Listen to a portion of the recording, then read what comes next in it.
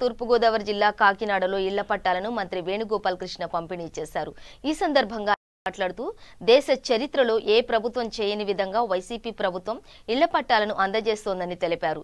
ఈ కార్యక్రమంలో లబ్ధిదారులు, వైసీపీ నాయకులు, కార్యకర్తలు పాల్గొన్నారు.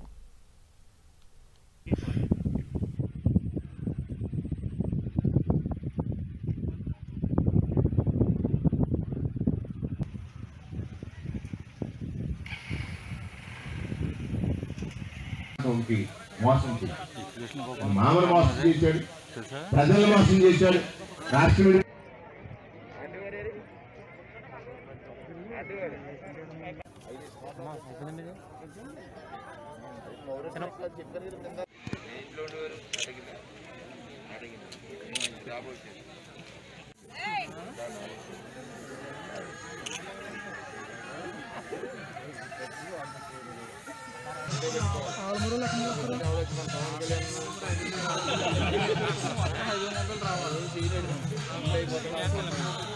నా జీవితంలో ఆయన అదే అంటాడు.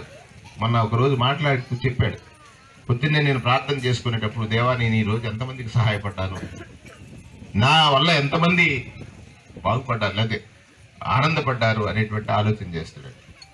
ఇవాళ 31,75,000 మంది మహిళలకి ఇళ్ల పట్టాలు ఇస్తూ ఉన్నారు.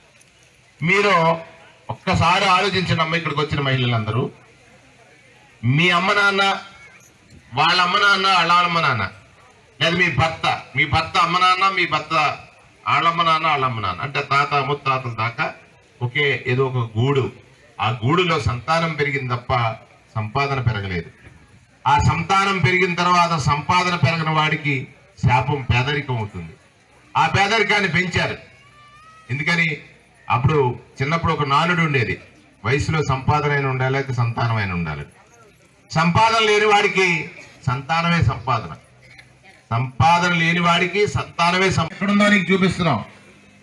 నువ్వు ఇల్లు కట్టుకుంటానంటే నేను కట్టుకోగలను, నా దగ్గర డబ్బు ఉంది, ఇంకో 100 రూపాయలు కలుపుకుని అన్నాను అనుకోండి, 1,80,000 అంటాను నేను. ఆయన పాదయాత్ర చేయడం మాటలా 368 కిలోమీటర్లు. దేశంలో కాశ్మీర్ నుంచి కన్యాకుమారి వరకు దూరం ఎంత?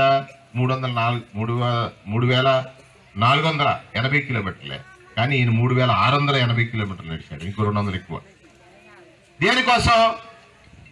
పేదవాడి జీవితాన్ని మార్చడం కోసం. మనం పురాణాల్లో యదా యదా హి ధర్మస్య గ్లానిర్భవతి భారత అంటే, ధర్మం ఎప్పుడైతే నశించిపోతుందో, అధర్మం పెంచిమీరిపోతుందో, ధర్మ రక్షణ కోసం ఒకడు వస్తాడట. అటువంటి వచ్చిన వాడేనమ్మా ఈ జగన్మోహన్ రెడ్డి. ఇది ఆ రోజుల్లో. ఇప్పుడంటే ఒకళ్ళిద్దరు పిల్లలకు వచ్చేసాం కదమ్మా. ఆ తరంగా పెరిగినటువంటి వాళ్ళకి ఇళ్ల స్థలాలు లేవు. ఈ భూమి మీద పుట్టిన మనకి కనీసం మనదంటూ ఒక గజం భూమి లేదు కదా, గజం భూమి లేదు కదా.